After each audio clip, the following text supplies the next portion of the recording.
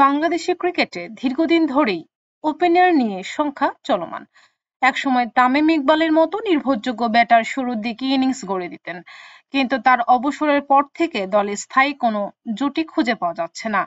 লিটন দাস, নাঈম শেখ কিংবা অন্য যারা সুযোগ পেয়েছেন তারা ধারাবাহিকতা দেখাতে পারছেন না, ফলে দলের ইনিংসের শুরুটা প্রায় দুর্বলই থেকে যাচ্ছে।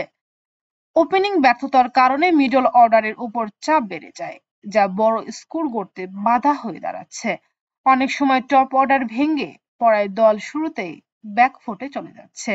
বিশেষ করে বড় দলের বিপক্ষে এই সময় সমস্যা প্রকট হয়ে যাচ্ছে। বাংলাদেশ ক্রিকেট বোর্ড বিসিবি তরুণদের সুযোগ করে দিয়েছে, তবে এখনো কেউ নিজেকে লম্বা সময়ের মতো প্রতিষ্ঠিত করতেই পারেনি। ঘরোয়া ক্রিকেট ও হাই পারফরম্যান্সে ইউনিটের কাজ চলছে, কিন্তু আন্তর্জাতিক ক্রিকেটে স্থায়ী সমাধান দেখা যাচ্ছে না। প্রশ্ন থেকেই যায়, কবে আসবে সেই ওপেনার যে নিয়মিত পারফরম্যান্স করে বাংলাদেশকে স্বস্তি দিবে? ক্রিকেট বিশ্লেষকদের মতে সময় ও ধৈর্যের সঙ্গে তরুণদের আরো সুযোগ দেওয়া জরুরি। তবে যতদিন পর্যন্ত নির্ভরযোগ্য ওপেনার না পাওয়া যাবে ততদিন পর্যন্ত দলের ব্যাটিং এর মূল সমস্যা থেকেই যাবে।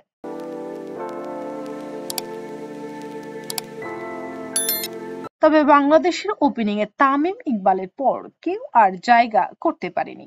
নতুন প্রজন্মে ভরসা হয়ে উঠেছেন তানজিদ হাসান, তামিম ও পারভেজ হাসান ইমন। তবে ব্যাট হাতে তারাও ধারাবাহিক হতে পারছেন না।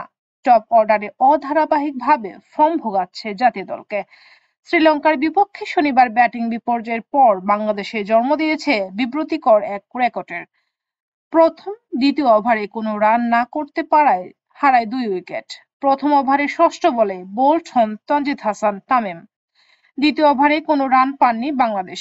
চতুর্থ বলে পারভেজ হোসেন ইমন ক্যাচ দেন উইকেটের পতনে। তবে শুরুর এই ধাক্কা সামলাতে পারেনি বাংলাদেশ। তানজিদ হাসান ইমন এরই মধ্যে একটি করে ওয়ানডে টি-20 বিশ্বকাপ খেলেছেন। চ্যাম্পিয়ন ট্রফি খেলারও অভিজ্ঞতা রয়েছে তার। ওয়ানডে টি-20তে তিনি নিয়মিত ওপেনার, অথচ এখনো তার ব্যাটিং এ গড় 20 থেকে 25-এর আশেপাশেই ঘুরছে। এমন টি-20তে নিয়মিত মুখ, তবু জাতীয় দলে ধারাবাহিকভাবে ব্যাটিং এ দেখা মেলেনি তার কাছে। বিশ্লেষকদের মতে আন্তর্জাতিক ক্রিকেটে জায়গা পাকাপোক্ত করতে হলে শুরু থেকেই যথেষ্ট ইনিংস লম্বা করা দক্ষ হতে হবে। কিন্তু ইমন তামিম ইনিংসে ধারাবাহিকভাবে সংকট চলছেই। তাদের 10 ম্যাচে পরিসংখ্যান বলে দিচ্ছে টি-20 ম্যাচের মধ্যে তামিমের হাফ সেঞ্চুরি 2টি, একবার খেলেছেন 30 পেরোনো ইনিংসে।